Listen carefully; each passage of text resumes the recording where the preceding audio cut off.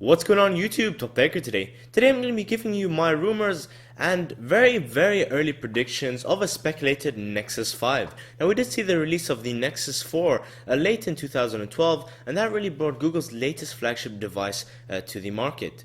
Now it was really a competition to come against a lot of other competitors such as the Samsung Galaxy S3, obviously at the time, and the iPhone 5. And one of the major selling points about the Nexus 4 was the really low price.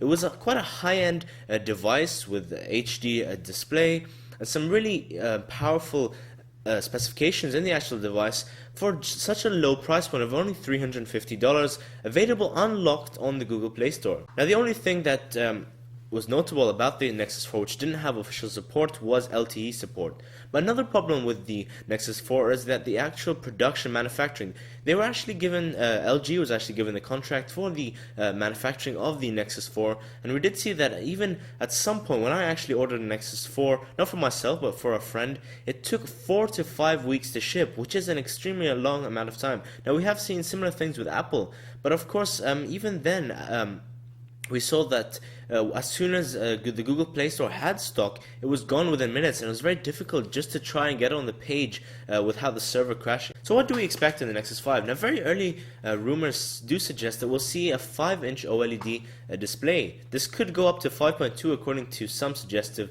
rumors, but definitely now I think with that whatever size display, it's definitely going to have a 1080p display, meaning there'll be a resolution of 1920 by 1080.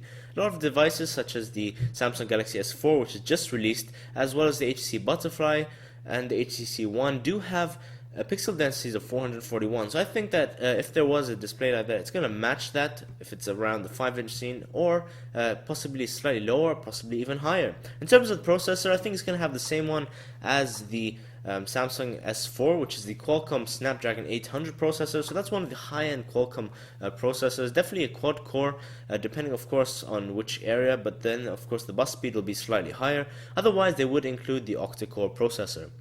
In terms of the RAM, it's going to be 2 or 3 gigabytes of RAM. Again, as I've highlighted in many of my previous videos about mobile devices, I don't think that right now, as of now in 2012, 2013, that we need more than 3 GB of RAM or even 2 GB of RAM to process many of the applications on a mobile device. In terms of the software running on the memory, we'll be probably seeing at Google's I/O event, probably in around May or June, the release of Keyline Pi 5.0. Now this was a rumor that suggested it may be released alongside with the Samsung Galaxy S4, but of course Samsung are a separate company from Google. Google of course provide Android, but Samsung are separate, so I don't think that Keyline Pi would have come along with the Samsung Galaxy S4. So that's why I'm saying that it'll probably wait until the Nexus 5. In terms of the camera, one of the most important features on many smartphones, and I always highlight this a lot, is the camera. So we do have 30 megapixels now standard in all new phones that are coming out. So either the Nexus 5 is going to match that or even go above.